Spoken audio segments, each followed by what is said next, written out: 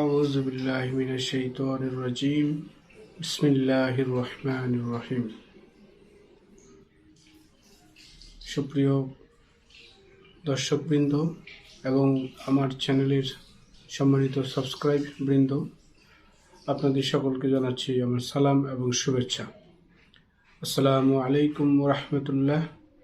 আজকে নতুন একটি বিষয়টি ঠিক নতুন নয়। ইতিপূর্বে বেশ দুটি ক্লাস বা দুটি বিষয় আলোচনা ইতিপূর্বে করেছি। আজকে যে বিষয় নিয়ে আলোচনা করব সেটি হচ্ছে যে ইলমে তাসাউফ, যে আলোচ্য বিষয়, যে রূহ বা আত্মার যে বিভিন্ন চিকিৎসা, যে এবং এই চিকিৎসার কতটুকু গুরুত্ব রয়েছে এবং তার প্রয়োজনীয়তা কতটুকু, সেই সংক্রান্ত বিষয় নিয়ে আজকে আলোচনা করব। তো গত ইলমে তাসাউফের আলোচ্য বিষয়ে আমরা ইলমে তাসাউফের সম্পর্কে আলোচনা করেছি, যে ইলমে তাসাউফ কোন কোন বিষয় নিয়ে আলোচনা করে এবং তার কি প্রধান প্রধান আলোচ্য বিষয় কি, সেগুলো নিয়ে গত ক্লাসে আলোচনা করেছি। তো আজকে যে বিষয়টি আলোচনা করব সেটি হচ্ছে যে আধ্যাত্মিক রোগের চিকিৎসার গুরুত্ব এবং তার প্রয়োজনীয়তা।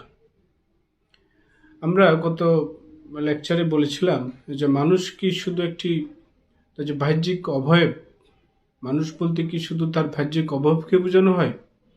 না, আসলে মানুষ হচ্ছে, অর্থাৎ মানুষের প্রধান উপাদানই হচ্ছে তার যে অভ্যন্তর, অর্থাৎ তার যে আত্মা বা অন্তর, সেটি কি মানুষের প্রধান উপাদান বলা হয়ে থাকে, যাকে কলব বলা হয়েছে বা অন্তর, এবং রূহ বা আত্মা বলে অভিহিত করা হয়েছে।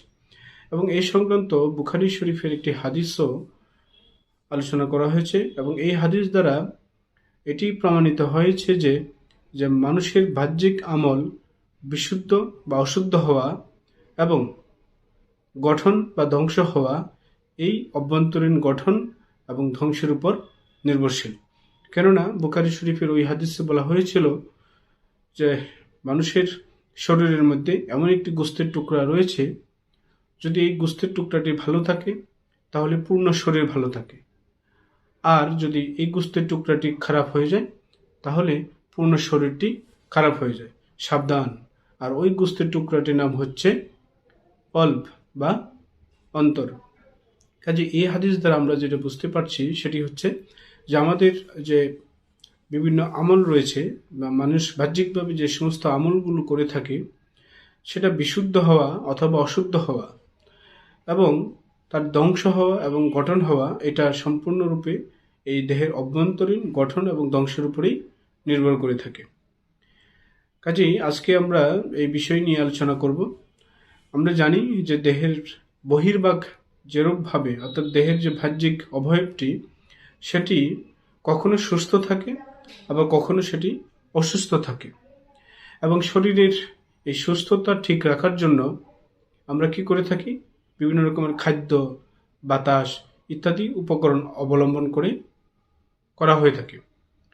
এবং এই যে আমরা এই সমস্ত উপাদান গ্রহণ করার পরেও আমরা বিভিন্ন সময় অসুস্থ হয়ে যাই, এবং এই অসুস্থতা দূর করার জন্যই বিভিন্ন রকমের ওষুধপত্র ইত্যাদি দ্বারা চিকিৎসা করা হয়ে থাকে। ঠিক তদ্রূপভাবে মানুষের অন্তরেরও এরকম অসুস্থ হয়। যেমন বাহ্যিকভাবে মানুষ বিভিন্নভাবে অসুস্থ হয়, তেমনিভাবে মানুষের অন্তরেও অসুস্থ হয়ে যায়। আর এই অভ্যন্তর ভাগকে সুস্থ রাখার জন্য কিছু উপকরণ আমাদের অবলম্বন করতে হয়। আর সেটি হলো, আর সেই অবলম্বনটি হচ্ছে তার নিজ যে সত্তা, তার নিজ যে স্রষ্টা, অর্থাৎ আল্লাহকে চেনা এবং তার মালিককে চেনা, অর্থাৎ স্রষ্টারকে চেনা এবং সবসময় তার জিকির এবং শুকর করা এবং সর্বদাই তার হুকুমের জন্য প্রস্তুত থাকা এবং তার সর্বদাই তার হুকুম আহকামগুলো অনুসরণ করা। এই হচ্ছে অভ্যন্তরীণ জগতের বা অভ্যন্তরীণ মানুষের যে অভ্যন্তরীণ যে বিশাল বস্তু রয়েছে, যেটাকে আমরা কল্ব বলি, সেই কল্বের মেইন উপকরণই হচ্ছে স্রষ্টাকে চেনা, মালিককে চেনা এবং যে তার জিকির করা এবং তার যে নিয়ামত, তার যে অসংখ্য সৃষ্টি মানুষের কল্যাণের জন্য সৃষ্টি করেছেন, সেগুলোর শুকর আদায় করা, অর্থাৎ সর্বোপরি তার যে বিভিন্ন রকমের হুকুম রয়েছে সেগুলো অনুসরণ করা। আর এই অন্তরের অর্থাৎ এই অভ্যন্তরে, দেহের অভ্যন্তরের বা অন্তরের বা কল্বের কিছু কি রয়েছে, অসুস্থতাও রয়েছে। সুস্থতা হচ্ছে কোনটি? অন্তরের সুস্থতা কখন হবে? যখন সে সর্বদাই স্রষ্টার হুকুম আহকাম মেনে চলবে, স্রষ্টাকে চিনার চেষ্টা করবে, চিনবে এবং জিকির এবং শুকরিয়া আদায় করবে। সেটি হচ্ছে অন্তরের সুস্থতা। তাহলে অন্তরের অসুস্থতা কি হচ্ছে? তাহলে অন্তরের অসুস্থতা হচ্ছে যে আল্লাহ তাআলা স্মরণ থেকে গাফেল থাকা, অর্থাৎ স্রষ্টাকে না চেনা, স্রষ্টার যে জিকির, সে জিকির থেকে বিরত থাকা, অর্থাৎ আল্লাহকে সর্বাবস্থায় আল্লাহ স্মরণ থেকে নিজেকে গাফেল রাখা। এটা হচ্ছে অসুস্থতার একটি লক্ষণ। ঠিক আরও যেমন রয়েছে, যেমন তার যে হুকুমগুলো রয়েছে, অর্থাৎ শরীয়তের যে বিভিন্ন বিধান রয়েছে, সেই বিধানগুলোর পরিপন্থী বা খেলাফ করাই হচ্ছে অন্তরের আরেকটি অসুস্থতার লক্ষণ। তাই পবিত্র কোরআনে আল্লাহ ইরশাদ করেছেন, আউযু বিল্লাহি মিনাশ শাইতানির রাজিম, বিসমিল্লাহির রহমানির রহিম, ফি কুলুবিহিম মারাদুন ফাজাদাহুমুল্লাহু মারাদাহ। অর্থাৎ তাদের অন্তরে কুফর বা অবদ্ধতার রোগ আছে, সুতরাং আল্লাহ পাক তাদের রোগ আরও বৃদ্ধি করেছেন। এই আয়াত দ্বারা আমরা যেটা বুঝতে পারছি যে তাদের অন্তরে কুফর এবং অবাধ্যতার রোগ আছে, সুতরাং যাদের অন্তরে কুফর এবং অবাধ্যতার রোগ রয়েছে, অর্থাৎ যারা স্রষ্টার বিভিন্ন বিধানকে আমরা অস্বীকার করি বা অনুসরণ যথাযথভাবে করি না, তাদেরকে আল্লাহ তাদের রোগ আরও বৃদ্ধি করে দেন, অর্থাৎ তাদেরকে আরও গাফেল করে দেন। এটি হচ্ছে সূরা বাকারার 10 নম্বর আয়াত। কাজেই আমরা এই আয়াতের এবং উপরোক্ত আলোচনা থেকে আমরা দেখতে পাই যে মানুষের আধ্যাত্মিক রোগগুলো হচ্ছে যে কুফরি করা, এটা আধ্যাত্মিক রোগের একটি অন্যতম রোগ। তারপরে হচ্ছে শিরক করা, অর্থাৎ আল্লাহ তাআলার সাথে আল্লাহর একত্ববাদের পরিপন্থী, অর্থাৎ আল্লাহর একত্ববাদের সাথে কাউকে শরিক করা, সেটি হচ্ছে শিরক। তারপর হচ্ছে মুনাফিকি, অর্থাৎ আমানতে খেয়ানত করা, কথা দিয়ে কথা না রাখা, মিথ্যা কথা বলা, এই সবগুলি হচ্ছে মুনাফিকি। যেমন হিংসা, এটি হচ্ছে অন্তরের একটি অত্যন্ত ভয়াবহ একটি রোগ। তারপর হচ্ছে বিদ্বেষ, এটিও হচ্ছে অর্থাৎ অন্যের প্রতি, ভালো কাজের প্রতি একটা বিদ্বেষ ভাবাপন্ন মানসিকতা, এগুলো হচ্ছে অন্তরের একটি ভয়াবহ রোগ। অহংকার করা, অতিমাত্রায় গর্ব করা, লোভ করা, কৃপণতা, অর্থাৎ সামর্থ্য থাকা সত্ত্বেও বিভিন্ন হক আদায় না করা, এবং পদের মোহ, সেই দুনিয়াবি বিভিন্ন পদ, সেই পদের যে মোহ, ভালো হওয়ার, ভালো জায়গায় যাওয়ার যে মোহ, সম্পদের মোহ, অতিমাত্রায় সম্পদের মোহ কাজ করা, তারপরে আত্মরম্ভিতা, অর্থাৎ নিজের আত্ম অহংকার বেশি বেশি করা, এই সবগুলি হচ্ছে অন্তরের রোগের বৈশিষ্ট্য। অর্থাৎ আমরা এখানে দেখতে পাচ্ছি যে আধ্যাত্মিক বিভিন্ন রোগ রয়েছে, তার মধ্যে উল্লেখযোগ্য কয়েকটি রোগের কথা এখানে আলোচনা করা হয়েছে, যেমন কুফর, শিরক, মুনাফিকি, হিংসা, বিদ্বেষ, তারপরে হচ্ছে অহংকার, গর্ব, রাগ, লোভ, কৃপণতা, পদের মোহ, সম্পদের মোহ এবং আত্মহংকার, এই সবগুলি হচ্ছে আধ্যাত্মিক রোগের বৈশিষ্ট্য। কাজেই এখন আমরা দেখি যে যেহেতু অন্তরের রোগের কথা আমরা আলোচনা করছি এবং এগুলা যখন কারো অন্তরে থাকে তখন তাকে অন্তরের অসুস্থতা বলেই ধরে নেওয়া হয়। এখন আমরা দেখব যে কখন অন্তর সুস্থ থাকে, অন্তরটা কখন সুস্থ হয়, সেইগুলো নিয়ে এখন আমরা কথা বলবো। আর অন্তরের সুস্থতা বলতে বোঝায়, প্রধান যে বিষয়টি নিয়ে আলোচনা করতে চাই সেটি হচ্ছে যে অন্তরের সুস্থতা হলো স্বীয় মালিক, অর্থাৎ নিজের মালিককে, অর্থাৎ আল্লাহ পাককে মনে করা, তার দেওয়া যে বিভিন্ন নিয়ামত সমূহ রয়েছে সেগুলোর শুকর আদায় করা। যদি কোনো বিপদ আপদ আসে তাহলে আমাদের সর্বোচ্চ ধৈর্য ধারণ করা, অর্থাৎ সকল বিষয়ে আল্লাহ তাআলার প্রতি ভরসা রাখা এবং তার রহমতের আশা কামনা করা এবং আযাবের ভয় করা, পরকালে যে বিভিন্ন আযাব, সে আযাবের ভয় করা এবং তার সন্তুষ্টি লাভের জন্য সর্বদাই জিকির করা, সর্ব অবস্থায়, সকালে বিকালে রাতে শয়নে যখন সময় পাওয়া যায় তখনই যারা জিকির করা, অর্থাৎ আল্লাহর জিকির করা, অর্থাৎ আল্লাহকে স্মরণ করা এবং আন্তরিকতা বা ইখলাসের সাথে তার সকল হুকুমগুলো বাস্তবায়ন করা। সকল প্রকার এই যে কথাগুলো বলা হয়েছে, এই সবগুলি হচ্ছে আত্মার সুস্থতার লক্ষণ। অর্থাৎ কখন আত্মাকে সুস্থ বলা হবে? যখন আত্মার মধ্যে আল্লাহকে চিনার জন্য সর্বদাই জাগ্রত থাকবে, সর্বদাই আল্লাহকে চিনার জন্য ব্যস্ত থাকবে, সর্বদাই আল্লাহকে স্মরণ করবে, বিপদে আপদে ধৈর্য ধরবে, সর্ব অবস্থায় আল্লাহর শুকরিয়া আদায় করবে, তার নিয়ামত সমূহ আদায় করে শুকরিয়া আদায় করবে, তার যে ফরজ বিধানগুলো রয়েছে সেগুলো যথাযথভাবে পরিপূর্ণভাবে পালন করবে, পাশাপাশি আন্তরিকতা এবং ইখলাসের সহিত তার যে বিধানগুলো সেগুলো পালন করবে এবং বিপদ আপদের সময় সর্বোচ্চ ধৈর্য ধরবে। এই এবং পরকালে যে বিভিন্ন আযাব রয়েছে সেগুলোর প্রতি ভয় করা, এর মাধ্যমেই তার অন্তরের সুস্থতা বোঝা। অর্থাৎ যার অন্তরে এই জিনিসগুলো বেশি বেশি কাজ করবে, বোঝা যাবে যে তার অন্তরটি সুস্থ রয়েছে। আর অসুস্থ কখন হবে? যখন এই যে আগে যেগুলো বলেছি সেগুলো যখন থাকবে তখন সেটি হয়ে যাবে অসুস্থতা। আর এই সকল প্রকার আধ্যাত্মিক রূপ থেকে আরোগ্য লাভ করার জন্যই উপকরণ হচ্ছে প্রধান উপকরণ। আমরা এতক্ষণ যে কোনটা সুস্থতা এবং কোনটা অসুস্থতা এগুলো নিয়ে আলোচনা করেছি, এবং এই যে অসুস্থতাগুলো রয়েছে সেই অসুস্থতার জন্য আমরা কি করব? আরোগ্য লাভ করতে চাই। সেই আরোগ্য লাভের প্রধান এবং প্রথম উপাদানই হচ্ছে পবিত্র আল কোরআন। অর্থাৎ আল কোরআনের মধ্যেই এই সমস্ত অভ্যন্তরীণ বা অন্তরের রোগের চিকিৎসার কথা বলা হয়েছে। যেমন আল্লাহ পাক ইরশাদ করেছেন, বিসমিল্লাহির রহমানির রহিম, ওয়া নুনাজ্জিলু মিনাল কুরআনি মা হুয়া শিফাউ ওয়ার রাহমাতুল লিল মুমিনিন। অর্থাৎ আমি কুরআনে এমন বিষয় নাজিল করি যা মুমিনদের জন্য অর্থাৎ রোগের সুচিকিৎসা এবং রহমত হয়। এটি হচ্ছে সূরা বনী ইসরাঈল আয়াত নম্বর 82। এই আয়াতে কি বলেছেন?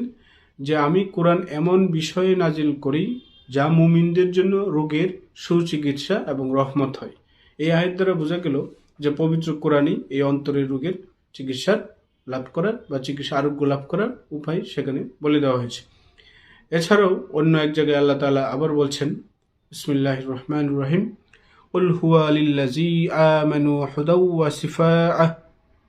অর্থাৎ হে নবী, আপনি বলে দিন এই কোরআন ঈমানদারদের জন্য হিদায়াত এবং সুচিকিৎসা।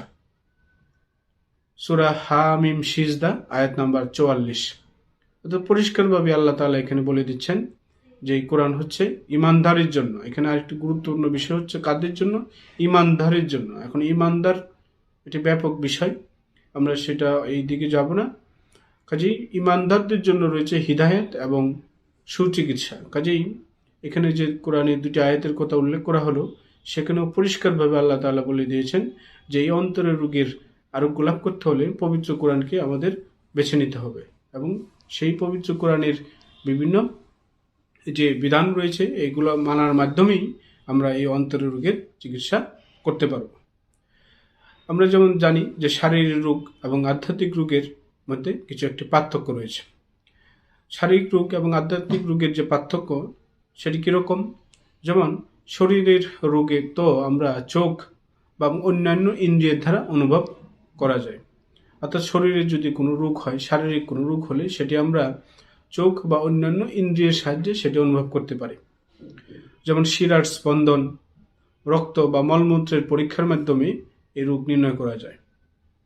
বাহ্যিক বা শারীরিক রোগের চিকিৎসাও বিভিন্ন প্রকার অনুভবযোগ্য যন্ত্রপাতি বা ওষুধের মাধ্যমে সেটি করা হয়ে থাকে। কিন্তু আধ্যাত্মিক রোগের যে রোগ রয়েছে, অন্তরে যে রোগটি রয়েছে সেটি চোখেও দেখা যায় না, শিরা বা ইত্যাদি স্পন্দন দ্বারাও তা রক্ষা করা যায় না। ঠিক এমনইভাবে এই রোগের চিকিৎসার অনুভবযোগ্য খাদ্য পথ্য বা ঔষধের মাধ্যমে হয় না। যেমন শারীরিক রোগ যেমন বিভিন্ন ইন্দ্রিয়ের মাধ্যমে প্রত্যক্ষ করা যায়, এবং এই রোগ আরোগ্য লাভের যে বিভিন্ন যন্ত্রপাতি বা বিভিন্ন মলমূত্র শারীরিক বিভিন্ন উপাদানের মাধ্যমে পরীক্ষা নিরীক্ষা করে সেটা যাচাই করা যায়। কিন্তু আধ্যাত্মিক রোগের ক্ষেত্রে সেটি সম্ভব তো নয়, বরং সেটি কোনো ইন্দ্রিয়ের দ্বারাও সেটি, বিশেষ করে চোখ কান বা ইন্দ্রিয়ের দ্বারা সেটি অনুভব করা যায় না। তার পাশাপাশি এই রোগের চিকিৎসার অনুভবযোগ্য কোনো খাদ্য বা পথ্য এবং ওষুধের মাধ্যমেও সেটি সম্ভব নয়। কাজে আমরা দেখতে পাই যে আধ্যাত্মিক রোগের চিকিৎসা কেবলমাত্র কোরআন এবং হাদিস এ বর্ণিত যে বিভিন্ন নিয়ম বা বিধান রয়েছে তার মাধ্যমে সেটি হতে পারে। পবিত্র কোরআন এবং হাদিসের যে সমস্ত বাহ্যিক মানুষের বাহ্যিক আমল, তারপরে লেনদেন অথবা অভ্যন্তরীণ বিভিন্ন আকীদা এবং আখলাক সবকিছুই সংশোধনে পরিপূর্ণ নিয়মাবলী বিদ্যমান রয়েছে। কোথায় রয়েছে? পবিত্র আল কোরআনে। অর্থাৎ পবিত্র কোরআন এবং হাদিসে বর্ণিত যে সমস্ত বিধিবিধান রয়েছে এগুলোর যে আমল এবং লেনদেন বা আভ্যন্তরীণ যে আকীদা এবং আখলাক এই সব কিছুই এই কোরআন এবং হাদিসে বর্ণিত রয়েছে। এবং আমরা যদি দেখি যে এই উম্মতের সাহাবায়ে কেরাম থেকে শুরু করে তাবিঈন হতে, সাহাবায়ে কেরাম এবং তাবিঈন থেকে বর্তমানকালের বুজুর্গ যে কামেল বুজুর্গ পর্যন্ত যার যা কিছু অর্জন রয়েছে তা শুধুমাত্র কোরআন এবং হাদিসের এই সকল নিয়মাবলীর উপর পরিপূর্ণ পাবন্দির সাথে আমল করে তারা সেগুলো করতে পেরেছে। অর্থাৎ এমনি এমনি সেগুলো হয়ে আসে নাই। অর্থাৎ সাহাবী কেরাম থেকে শুরু করে তাবেঈন থেকে শুরু করে বর্তমান সময়ের বড় বড় বুজুর্গদের দিকে তাকাইলে আমরা যেটা দেখি যে তারা কোরআন এবং হাদিসের উপর পরিপূর্ণভাবে আমলের মাধ্যমেই আজকের এই পর্যায়ে তারা এসে পৌঁছেছে। এবং এই সমস্ত বুজুর্গগণ কিভাবে না ইবাদত করেছে, যেমন তারা নামাজ, রোজা, হজ, জাকাত ইত্যাদি আমলের প্রতি যথাযথভাবে যত্নবান ছিলেন।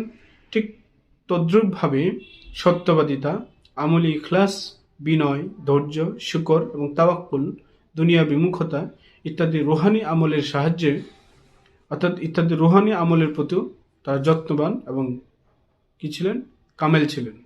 এই দ্বারা যেটি জিনিসটা বোঝানো হচ্ছে যে এখন পর্যন্ত যত বুজুর্গ দেখা যায় তারা প্রত্যেকেই শরীয়তের যে বিভিন্ন বিধান, নামাজ, হজ, রোজা, জাকাত ইত্যাদি যেমন পরিপূর্ণভাবে পালন করেছেন, পাশাপাশি ওনারা সত্যবাদিতা, তারপরে আমলি যে ইখলাস, তাদের যে ইখলাসের সহিত কাজ করা এবং আমলের প্রতিও তারা যত্নবান ছিলেন, ধৈর্যশীল ছিলেন, বিনয়ী ছিলেন এবং শুকর অর্থাৎ সবসময় শুকরিয়া আদায় করতেন এবং তাওয়াক্কুল অর্থাৎ সবসময় আল্লাহর উপর ভরসা করে থাকতেন। সবকিছুতেই সুখে দুঃখে সবকিছুতেই তাওয়াক্কুল করে থাকতেন এবং দুনিয়ার প্রতি তাদের যে মোহ সেই তারা ছিলেন না। অর্থাৎ দুনিয়া বিমুখতা ইত্যাদি রুহানির আমলের মাধ্যমে তারা এই পর্যায়ে এসে পৌঁছেছে। তারা যেমন মিথ্যা কথা, ধোঁকা দেওয়া, চুরি করা, বেহায়াপনা ইত্যাদি গুনাহকে ভয় করতেন এবং তা থেকে বিরত থাকতেন, তেমনিভাবে অহংকার, গর্ব, লোভ, কৃপণতা ইত্যাদি আধ্যাত্মিক রোগ এবং গুনাহকেও তারা হারাম মনে করতেন এবং তা থেকে তারা পরিপূর্ণভাবে বেঁচে থাকতেন। কাজেই বুজুর্গ হতে হলে বা আল্লাহওয়ালা হতে হলে অবশ্যই শরীয়তের বিভিন্ন বিধানের পাশাপাশি তার যে অভ্যন্তরীণ যে বিভিন্ন রোগ রয়েছে সেগুলো থেকেও তাকে আরোগ্য লাভ করতে হবে। যেমন এই যে এখানে বলা হয়েছে যে অহংকার করা, গর্ব করা, অপরকে অপমান করা, হেয় প্রতিপন্ন করা, পদের মোহ, সম্পদের মোহ, লোভ, কৃপণতা এই যে আধ্যাত্মিক রোগ এবং এই গুনাহ, বিভিন্ন ধরনের গুনাহ থেকে হারাম মনে করে তারা তা থেকে পরিপূর্ণভাবে বেঁচে থাকতেন।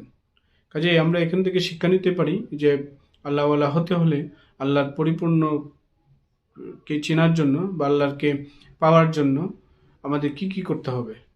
যে শারীরিকভাবেই যে বাহ্যিক যে আমলগুলো রয়েছে, হজ, জাকাত এই সমস্ত বিষয়ে আমাদের আমল করতে হবে, পাশাপাশি যে আভ্যন্তরীণ বিভিন্ন রোগ রয়েছে সেখান থেকে আমাদের বেঁচে থাকতে হবে।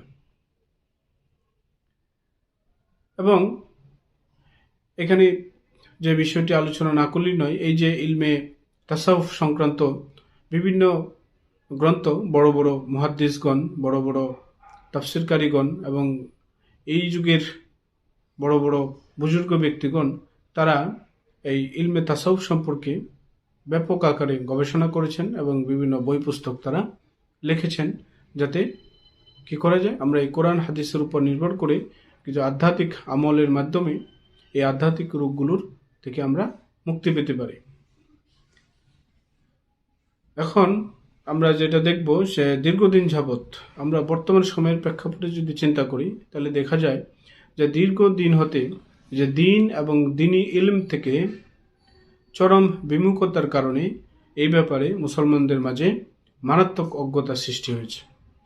বিশেষ করে ইলমে তাসাউফ সম্পর্কে বাতেনি আমলের সাথে তা এমনভাবে বর্জন করা হয়েছে যে সাধারণ মানুষ তো পরের কথা, উলামায়ে কেরামেরও একটি বড় অংশ এ থেকে সম্পূর্ণ বিচ্ছিন্ন হয়ে গেছে, অর্থাৎ সম্পর্ক ছিন্ন করে নিয়েছে। তারা শুধুমাত্র বাহ্যিক আমলের মধ্যেই দিন এবং শরীয়তকে সীমাবদ্ধ করে নিয়েছে।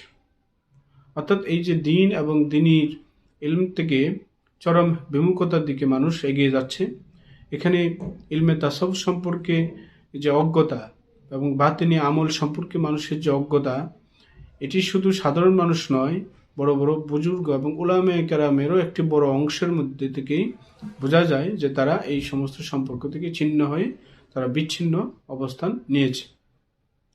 শুধুমাত্র বাহ্যিক আমলের মধ্যেই দিন এবং শরীয়তকে সীমাবদ্ধ করে রাখা হয়েছে। সত্যবাদিতা ও ইখলাস, তাওহীদ এবং তাওয়াক্কুল, ধৈর্য এবং শুকর, অল্পে তুষ্টি, অল্পে সন্তুষ্টি, তারপরে দুনিয়া এবং আখিরাতের বিমুখতা, দুনিয়া বিমুখতা এবং তাকওয়ার নামটাই হচ্ছে, তাকওয়াটা আমাদের শুধু মুখে আছে। অর্থাৎ আমরা বাস্তব জীবনে যদি দেখি বর্তমান সময়ে বেশিরভাগ, বলবো না, মানে অনেকের মাঝে এই জিনিসটি রয়েছে যে এই যে সত্যবাদিতা, তারপরে ইখলাস, তাকওয়া, এগুলোর যে বিষয়গুলো, শুকর, অল্প তুষ্টি, দুনিয়া বিমুখতা, এই বিষয়গুলো শুধু মুখে মুখে আমরা বলি ঠিকই, কিন্তু বাস্তবে এর মিল আমরা খুব কমই পেয়ে থাকি। যেমন পদের লোভ, সম্পদের লোভ, অহংকার করা, গর্ব করা, রাগ, ক্রোধ এবং হিংসা বিদ্বেষের মতো ধ্বংসাত্মক এবং হারাম রোগসমূহ থেকে নাজাত লাভের চিন্তাও অন্তর থেকে দূর হয়ে গেছে। কাজেই আজকের এই আলোচনার বিষয় হচ্ছে আমার নিজের নফসকেই নসিহত করা এবং আমি যাতে এই বিষয়গুলোর উপর ভালো করে আমল করতে পারি সেই উদ্দেশ্যে আমার নিজের নফসকেই নসিহত করা, এবং এর পাশাপাশি যদি আপনাদেরও কিছু উপকার হয় তারই অংশ হিসাবে আজকের এই আলোচনাগুলো আমরা করছি। তো আমরা কি দেখি যে আমাদের বাহ্যিক যে অবস্থা এবং আমল করে থাকি সেটি মূলত কিছুটা শরীয়ত মোতাবেক বানিয়ে ফেলেছি। দৈহিক আমলের দিক দিয়ে আমাদেরকে শরীয়তের অনুসারী মনে করা হয় এবং আমরা এমন সকল গুনাহ থেকে বিরত থাকার চেষ্টা করি যা সাধারণত মানুষের দৃষ্টিতে উলামায়ে কেরামের সম্মানের পরিপন্থী মনে করা হয়। যারা এই সকল গুনার কাজে লিপ্ত তারা জনসাধারণের দৃষ্টিতে হীন হয়ে যায়। কিন্তু আত্মার যে গুনাহ, অর্থাৎ আমরা শরীয়তে যে বিভিন্ন কাজগুলো করে থাকি, এগুলো না করলে মনে হয় যে গুনার কাজে লিপ্ত হয়ে গেছে এবং সাধারণ জনগণের দৃষ্টিতে আমরা খারাপ হয়ে যাচ্ছি। এছাড়াও এই বাহ্যিক আমলের পাশাপাশি যে আত্মার যে বিভিন্ন গুনাহ রয়েছে যা মারাত্মক ধরনের হারাম এবং কবিরা গুনাহ, সেগুলো থেকে বেঁচে থাকার গুরুত্ব এবং চেষ্টা আমাদের মধ্যে কম দেখা যায়। কাজে আমরা এই আলোচনা থেকে বুঝতে পারি যে আমাদের ইলমে তাসাউফের অর্থাৎ আধ্যাত্মিক রোগের যে বিভিন্ন চিকিৎসা পদ্ধতি কি এবং চিকিৎসা কিভাবে আমরা আরোগ্য লাভ করব, এই সংক্রান্ত আলোচনা এবং এই সংক্রান্ত কিছু জানা আমাদের অত্যন্ত গুরুত্বপূর্ণ একটি বিষয় হয়ে দাঁড়িয়েছে। এক্ষেত্রে আমরা নিজের মনকে একটি প্রশ্ন করতে পারি যে আমাদের নামাজ, রোজা ইত্যাদি ইবাদত এবং চুরি, বদমাইশি, বেহায়াপনা, সিনেমা ও হারাম খেলাধুলা, দর্শন থেকে বিরত থাকাটা যদি সত্যিকার অর্থে আখিরাতের ফিকির এবং আল্লাহর ভয়ে হয়ে থাকে, তাহলে এর কি কারণ যে উপরোক্ত গুনাহসমূহের চেয়ে মারাত্মক ধরনের গুনাহ আমরা লিপ্ত হয়ে যাই? এতে আমাদের মাঝে আখিরাতের ফিকিরও জাগে না, আল্লাহর ভয়ও সৃষ্টি হয় না। অর্থাৎ এখানে যে জিনিসটি বোঝানো হয়েছে যে আমরা যদি আমাদের নিজেদের মনে প্রশ্ন করে থাকি যে আমরা যে নামাজ, রোজা এবং ইবাদত করে থাকি এবং চুরি সহ বিভিন্ন ধরনের বেহায়াপনা, সিনেমা ইত্যাদি দর্শন থেকে যে বিরত থাকি, সেটি যদি সত্যিকার অর্থে আখিরাতের ফিকির এবং আল্লাহর ভয় হয়ে থাকে, তাহলে আমরা কেন এইসব করার পরেও আমরা বিভিন্ন গুনার সাথে লিপ্ত হয়ে যাই? তাহলে যে এর চাইতেও যে আরো গুনাহসমূহের চেয়েও যে মারাত্মক ধরনের গুনাহে আমরা লিপ্ত হয়ে যাচ্ছি। অর্থাৎ এই যে আমরা জানি আমরা যে নামাজ পড়ছি, সবকিছু করছি, তারপরেও কিন্তু আমরা পরকালে যে আল্লাহর ভয়, ফিকির এবং যে আল্লাহর যে ভয় করা এবং আখিরাতের যে বিভিন্ন ফিকির, সেক্ষেত্রে কিন্তু আমরা নিজেদেরকে বঞ্চিত করে ফেলছি। অর্থাৎ আমরা একদিক দিয়ে শরীয়তের কাজও করছি, পাশাপাশি আমরা বড় বড় গুনার কাজও করছি। এতে আমাদের মাঝে আখিরাতের ফিকিরও তৈরি হচ্ছে না এবং আল্লাহর ভয়ও সৃষ্টি হচ্ছে না। এমন তো হচ্ছে না যে আমাদের এই সকল বাহ্যিক আমল আল্লাহ পাকের জন্য খালাস না হয়ে আমাদের পেশাদারি মনোবৃত্তির জন্য হয়ে যাচ্ছে। খুবই গুরুত্বপূর্ণ একটি বিষয়। অর্থাৎ আমাদের যে আমরা যে বাহ্যিক আমলগুলো করছি, সেগুলো কি এমন হয়ে যাচ্ছে কিনা যে আমরা পেশাদারি মনোবৃত্তির কারণেই এরকমটা করছি।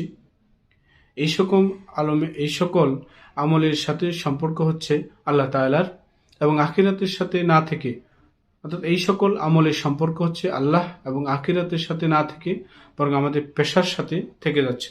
অর্থাৎ আমরা যে শরীয়তের বিভিন্ন আমলগুলো করছি বর্তমানে, এবং আমাদের যে আমল করার পরবর্তী যে অ্যাকশনগুলো আমরা করছি, এ থেকে আমরা ধরতে পারি বা ধরে নিতে পারি যে আমাদের এই যে আমলগুলো করছি তার সম্পর্ক আল্লাহ এবং আখিরাতের সাথে না হয়ে বরং আমরা আমাদের পেশার সাথে বানিয়ে ফেলেছি, অর্থাৎ আমাদের পেশার সাথে সমন্বয় করে ফেলেছি।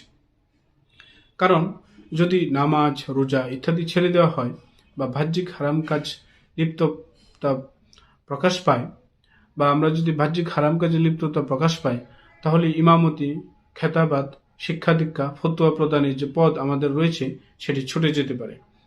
অর্থাৎ এখানে যেটি বোঝানো হচ্ছে যে আমরা এটাকে পেশার মনোবৃত্তির মধ্যে নিয়ে এসেছি। কেননা যদি নামাজ, রোজা বা যে বিভিন্ন বাহ্যিক আমল রয়েছে সেগুলো যদি আমরা না করি, সেক্ষেত্রে হয়তো বা আমাদের ইমামতি, খেতাবাত বা আমাদের যে বিভিন্ন পদ পদবি রয়েছে সেগুলো বা আমাদের যে সম্মান করে সেই সম্মান হানি করতে পারে। এই আশঙ্কা থেকেই কি আমরা এটা আমাদের কাছ থেকে এটি ছুটে যাচ্ছে, এরকম মানসিকতা আমাদের কাজ করছে কিনা সেটি আমরা নিজেদেরকে প্রশ্ন করতে পারি।